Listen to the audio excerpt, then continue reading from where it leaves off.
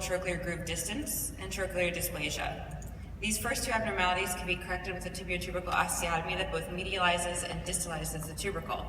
The question is, in which patients do we need to move the tubercle in addition to an MPFL reconstruction? How do these factors affect the isometry of the MPFL reconstruction? Our hypothesis is that progressive lateralization and proximalization of the tibiotubercle will have increasingly adverse effects on the isometry of the reconstructed MPFL. We used 10 fresh frozen cadavers on a custom testing fixture. We measured the Caton-Deschamps index on the lateral X-ray and did axial CT images to get the TTTG. We placed a suture anchor at the patellar origin of the MPFL as previously described at the upper 41% of the medial border. We located Schottle's point with lateral fluoroscopic imaging and then drilled this point across the patellofemoral cortex. We then filled this tunnel with a Foley catheter with the end folded over to prevent friction of the suture within the tunnel. The suture anchor on the medial border of the patella was then tied and shuttled across, and this is representing our reconstructed MPFL. Weights were placed on the quadriceps as well as on the suture representing the reconstructed MPFL on a pulley system, as can be seen here. And retroreflective markers were placed on the suture that was representing the MPFL, and we were able to visualize. The markers were also placed on the femur, the tibia, and the patella. And we tracked the 3D motion through a camera system using these retroreflective markers through a range of motion from 0 to 110 degrees of flexion. We then performed a flat tibiotubercle osteotomy with a 6 centimeter shingle and removed enough bone both proximally and laterally so that we could maximize lateralized tibiotubercle representation as well as patella alta. A grid line was then drawn on that flat tibiotubercle osteotomy bed to represent Caton-Deschamps index of 1.2 and 1.4, as well as TTTGs of 20 and 25, and all combinations you can see here.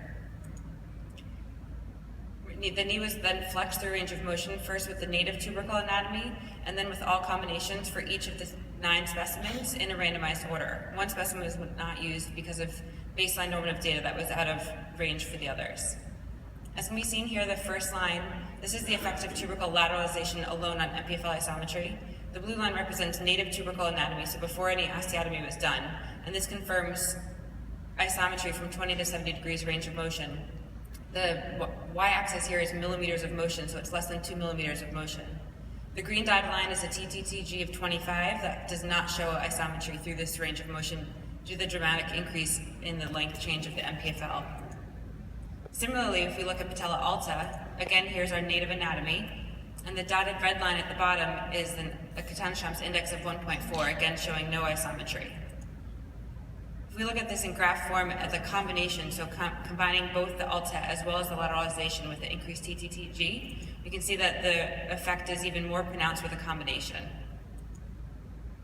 And here's that in graph form. So again, our native anatomy here, and the combination is the dotted line on the bottom with the green squares.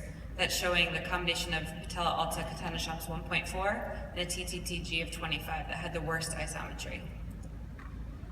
So again, if we look back at our grid of all of the different combinations, anything with a TTTG of 25 did not show any isometry through early range of motion. Anything with the Caton-Deschamps index of 1.4 also did not. The combination of 1.2 and 20 neared significance. However, we think that if we had more specimens, we may have been able to show statistical significance with this combination also.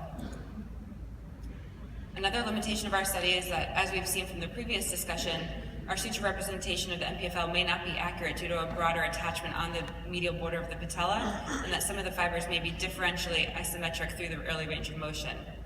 And finally, our specimens did not have trochlear dysplasia, so we were not able to model that component in patellofemoral instability. In conclusion, increased tubercle lateralization and proximalization both significantly affects MPFL isometry. A tubercle transfer should therefore be considered when performing an MPFL reconstruction for recurrent patellofemoral instability in the setting of patella alta with a threshold Caton-Deschamps index of 1.4, which may be higher than previously thought, an elevated TTTG of 25, which is also higher than previously recorded in the literature. But more importantly, when both are present, and particularly at lower numbers, the threshold is decreased. And the goal is to prevent graft failure due to this anisometry in early range of motion by thinking about moving the tubercle in addition to the reconstruction. Thank you.